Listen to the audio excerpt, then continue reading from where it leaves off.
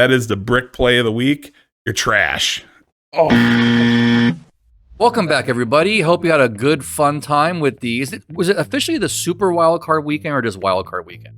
People were saying both. Yeah, probably both. It was kind of super for a few teams and a super dud for some others, and we'll be talking about those on today's show, as well as giving you my good friend Jason, aka the Feathers, picks for the 4 upcoming divisional games this Saturday and Sunday. A couple of interesting matchups and some very interesting point spreads as of Tuesday morning when we're recording this. Welcome back to the show, guys. Thank you for being here.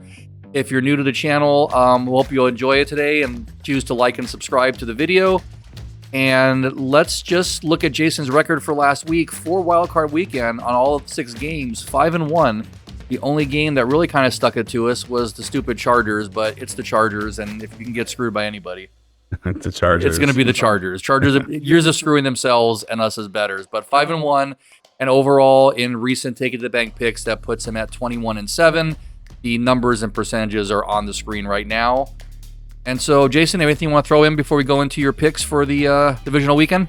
Yeah, it was a wild card weekend. I mean, kind of uneventful, though. A lot of the games were kind of, meh, as far as they weren't too close. I mean, I would say, obviously, the closest game really was Packers-Eagles. That was a tough game, like I said. Lots of issues there. I mean, people are down on Jordan Love. He threw his picks, even though the last one was pass interference in the end zone for sure. But that wasn't relevant at that point. It just comes down to, they just didn't rise to the occasion against the Eagles. They hung around. The defense played great. Josh Jacobs played great. It felt like every other play there was an injury. I mean, they literally lost, their best offensive lineman early in the game. They lost their center late in the game. They lost their number 2 and number 3 wide receiver. I mean, a number 1 and number 3 receiver. As far as the other games go, well, the Vikings are who we thought they were. Sam Darnold showed up, and he's, proven why, Cinderella struck midnight, and Sam Darnold lost millions and millions of dollars the last 2 weeks on poor quarterback play. I mean, literally, he got sacked way more than a bag of potatoes. I mean, it was unbelievable. That was the Sam Darnold that the Jets and their teams were very accustomed to. That's the one we expected all season. Yeah, I mean, you can blame the offensive line for Minnesota for sure, but Sam Darnold had a bunch of spots he could have just thrown the ball away, and he didn't. Took a lot of sacks, and they never had a chance. I mean, the Rams might be on a mission here. Obviously, the devastation, our heart goes out to everyone in LA. But this Rams team dug deep. They play a home game in Arizona, and they just put a whipping on Minnesota, and perhaps this is going to be a destiny for them. I mean, you see all the tragedies that have happened over the years and how sports tied into it, and how those teams in those cities have risen to the occasion, bringing communities together. And, we saw it here in Las Vegas when the shooting happened in 2017.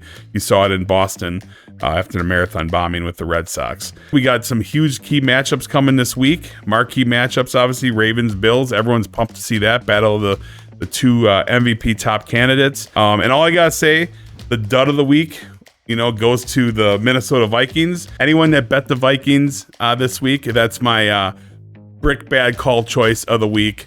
Vikings, garbage, skull, dead, boom. The best part was when the Rams fans, when they were whipping up on Minnesota, they weren't saying it, but they were mocking the Vikings with their classic skull chant. It was good. You know what? It was painful watching my Packers lose. I picked it, but it didn't mean it didn't hurt my heart. But I slept a little better last night seeing the Minnesota Vikings fall like a ton of bricks. And the one thing we got in common now is the Green Bay Packers and the Giants play the same number of games next week. So with that said, let's take a look at the Feathers picks for divisional weekend in the NFL.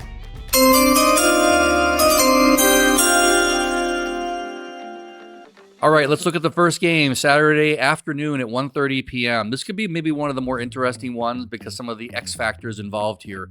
You have the Houston Texans, who were 10-7 in the regular season, coming off of the one loss we had last week, beating up on the Los Angeles Chargers. They are going to be playing the Kansas City Chiefs. The Chiefs are 8.5-point favorites right now, and as Jason reminded us, they have not played for 26 days. At least the starters haven't. So we have a Texans team that's looking to do some stuff, but a Chiefs team that had difficulty scoring all year. And, Andy Reid has ways to keep them healthy, but they could be a little bit of a ring rust. for this one. Yeah, I mean, it's an interesting game for sure. The Texans, Nico Collins, who came back from injury and really didn't do much, only averaged like 58 yards a game for the last, few games up until the playoff game. He came to light. CJ Stroud, he's not going to be able to make these mistakes and the turnovers that this Houston team had early that basically the Chargers failed to capitalize on. They're not going to be able to do that at home, or on the road against the Chiefs. It's just not going to happen. Somehow they weathered the storm last week. The Chargers, being the Chargers, failed to convert any of those turnovers and then continued to have multiple on their own with Justin Herbert playing terrible. I expect a better game out of Patrick Mahomes, even though he hasn't been great this year by any means. His stats are even down further than they were last year. But this defense is playing outstanding. Everyone's kind of coming together. They're healthy.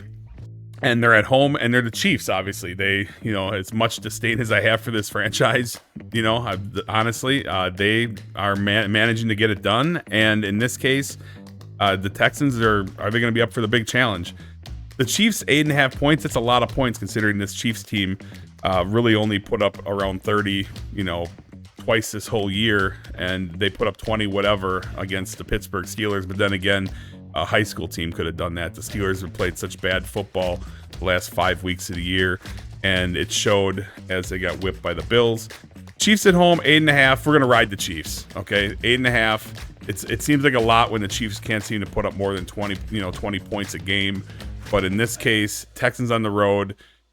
I think that Andy Reid is going to take away Nico Collins as much as possible. It's going to come down to Joe Mixon if he can run. This defensive front for the Chiefs is really solid. The one thing I'm not sure about is because it just doesn't happen. Teams don't have 26 days off in between games. And due to the fact that the Chiefs starters haven't played for 26 days, and nowadays they don't practice in pads as much anymore. So is there going to be some rust? Is there going to be some issues? Obviously, the Chiefs seem to figure out each year to get it done in the playoffs, as we have seen. They'll most likely figure it out again.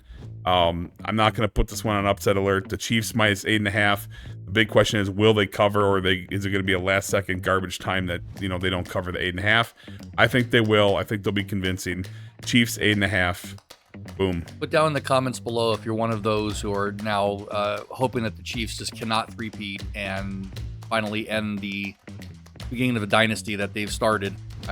See who the Chiefs haters are in the shout out to Dan Paddock. No, I know you watch, Dan. I know you watch. All right, let's look at the next game for Saturday afternoon at 5 p.m. We have the Washington Commanders taking a pretty big victory over the Tampa Bay Buccaneers this past weekend. They were 12-5 in the regular season. They are visiting the Detroit Lions, who had the first bye of the playoffs. The Detroit Lions are 9.5-point favorites at home. Their last win coming by way of the Minnesota Vikings. So Jaden Daniels is showing some really great things, keeping it together. A great rookie performance. I think he's locking up his Offensive Rookie of the Year award with this. Jaden Daniels has solidified Rookie of the Year, no problem. I mean, the guy has just been, granted, the last 5 games, Washington has won on like the last play pretty much, which is pretty wild, right? They're kind of like the old days at a cardiac pack when they were winning these crazy games coming from behind. Jaden Daniels is a real deal. Now he's going up against a Lions team where Dan Campbell, who has egg on his face, the soundbite of him talking to the Vikings coach at the end saying, "Hey, we'll see you guys in 2 weeks." I remember when he did that actually in the game, and I heard it live, and I'm like, you idiot. First of all, when you say that, I get you're trying to stroke the guy that you just beat up on, but in reality, you're basically pissing on about 3 other teams. Well, guess what? The Rams used that as billboard material, and they decided, hey, you know what? We're going to go in and beat Vikings. So Dan Campbell, you should stick to football. You're not much of a swami when it comes to prediction. This Lions team, they're going to have David Montgomery back from what I understand. Will he end up playing for sure? I don't know, but they say he's going to be ready for the divisional game. Now they're going to have the 1-2 punch back at running back. Commanders, though, they kind of held their own last week, but they were worried about the defense because they had given up a ton of points. And with Bucky Irving and White, they figured Tampa Bay, they would be able to take care of business in that way, and that would be a problem for the Commanders. The Commanders held strong defensively, but that offense was firing on all cylinders, and the running game wasn't particularly good for Washington last week, and they still got it done. Lots of nice plays. Terry McLaurin had, made a showing again when it was important and had a big game.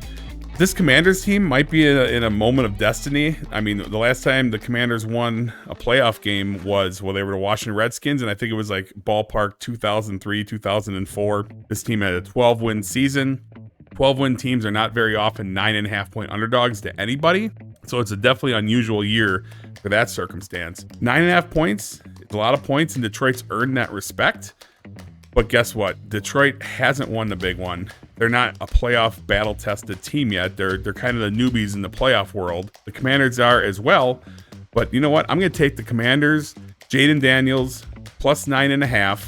I'm not saying that the Lions are going to lose, but I think they can stay within that 10-point margin. Can the Commanders upset? Absolutely they can. Because we've seen the Lions have some problems here and there, and I have big concerns about this Lions defense. You know, they stepped it up against Minnesota, but as we see, Minnesota's been pretty bad the last couple weeks. So we'll find out. Jane Daniels against this Lions defense that has been absolutely atrocious due to so many injuries, okay? Eventually, Hutchinson might come back if they make the Super Bowl, but at this moment, I feel like this Lions defense is in trouble, and Commanders plus 9.5, boom. Let's move on to the Sunday game starting at noon exactly. We have the Los Angeles Rams coming off of their somewhat of a drubbing of the Minnesota Vikings. At the Philadelphia Eagles, the Eagles had a decent game against the Packers. Like you mentioned earlier on, the Packers did have some mistakes, but they did start to figure it out later on. So the Eagles might be vulnerable to a Rams team that, as you said too, is playing for a lot. They're playing for an entire city. But as of Tuesday morning, the Eagles are 6-point favorites at home. Yeah, this is a big game. You know, it's they're all big, obviously, at this point. But the Eagles, Jalen Hurts, you know, was showing a little bit of that rust. I mean, he, you know, missed a couple weeks of football due to the concussion protocol and came back kind of flat. I mean, the first half, Jalen Hurts had 35 yards passing, I think it was, ballpark. Saquon Barkley was held down pretty good up until sometime in the third quarter, right? And then he ended up finishing, I think, just over 100 yards or in that neighborhood. The Eagles lost a key player in Nakobe Dean, linebacker, and he's going to be missing probably the beginning of the next season as well. That's going to hurt. This Eagle defense did pretty well, but the Packers offense kind of helped them out. I mean, the bottom line, Jordan Love had his struggles early. Josh Jacobs looked really good, was running really well. You know, all of a sudden, Packers kept losing offensive player. They lost their best offensive lineman early in the game. So the Eagles still had a fight till the very end to get the win. The Rams, they could be on this could be destiny at this point, okay? They rose to the occasion big time in another stadium when they were supposed to have a home game. You know, some of these players and coaches had been evacuated from their homes. Try playing underneath that cloud. And they rose to the occasion. Cooper Kupp did what Cooper Kupp does again. He's been kind of quiet. And like the magician he is, he shows up at the right time. You know, you got Puka Nacua, always trusty. The running game with Kyren Williams is outstanding. And this defensive front, the difference was when they played the first time, the Eagles ran all over them. Saquon Barkley ate big time. This young defense is much better than when they played the first time, and they are fierce. They got after Sam Darnold big time, 9 sacks, I believe, and they were outstanding. It's very simple what's going on. I believe in the destiny. I believe in the fact that they're going to be playing super hard for the people of their city and the people of Southern California that are having really hard times right now. Our hearts go out to them. Rams plus 6. Take it to the bank. The Eagles are not going to fly. The wings are going to be clipped. The Rams, I believe, are on upset alert. I think they win this game outright, but worst case scenario, take the 6 points. It's a lot of points in this case. Puka Nacua and the company are going to get it done. Jalen Hurts, not looking great last week. Saquon Barkley will not be enough in this game. Take the Rams all day long to the bank, plus 6. Boom.